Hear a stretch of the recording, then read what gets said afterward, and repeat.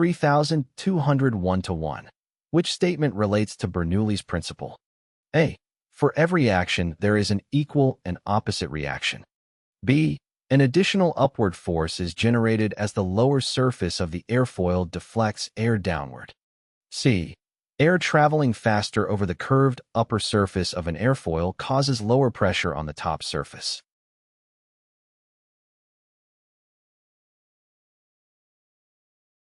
The correct answer is C. The statement that relates to Bernoulli's principle is air traveling faster over the curved upper surface of an airfoil causes lower pressure on the top surface. According to Bernoulli's principle, as the speed of a fluid, in this case, air, increases, its pressure decreases. In the context of an airfoil, the curved shape of the upper surface causes the air to accelerate, resulting in lower pressure above the airfoil compared to the lower surface. This pressure difference creates lift, allowing the airfoil, such as an aircraft wing, to generate upward force. 3201. The four forces acting on an airplane in flight are A. Lift, weight, thrust, and drag. B. Lift, weight, gravity, and thrust. C. Lift, gravity, power, and friction.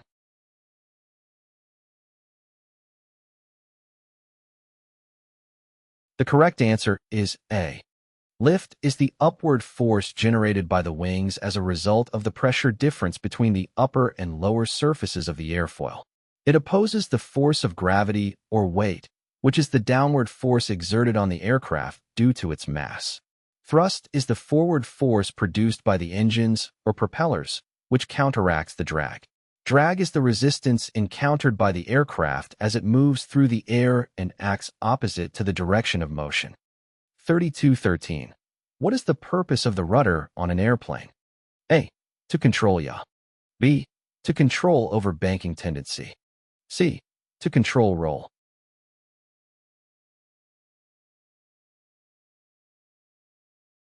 The correct answer is A.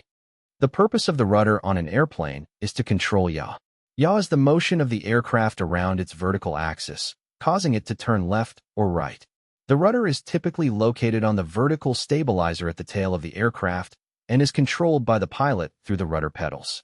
By deflecting the rudder, the pilot can create a yawing moment that helps to counteract any unwanted yawing tendencies, such as those caused by uneven thrust or crosswinds.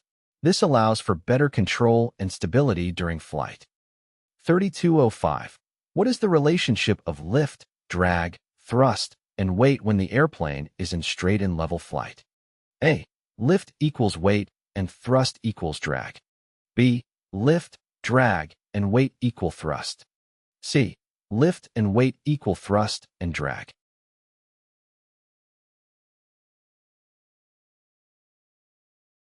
The correct answer is A. The relationship of lift, drag, thrust, and weight when an airplane is in straight and level flight is that lift equals weight and thrust equals drag. In order for an airplane to maintain level flight, the lift generated by the wings must be equal to the weight of the aircraft, balancing the gravitational force pulling it downward. Additionally, the thrust produced by the engines must be equal to the drag experienced by the airplane, counteracting the resistance of the air as the aircraft moves forward. This balance of forces ensures that the airplane remains in a stable and level state during flight. 3202. When are the four forces that act on an airplane in equilibrium? A. During unaccelerated flight. B. When the aircraft is accelerating. C. When the aircraft is at rest on the ground.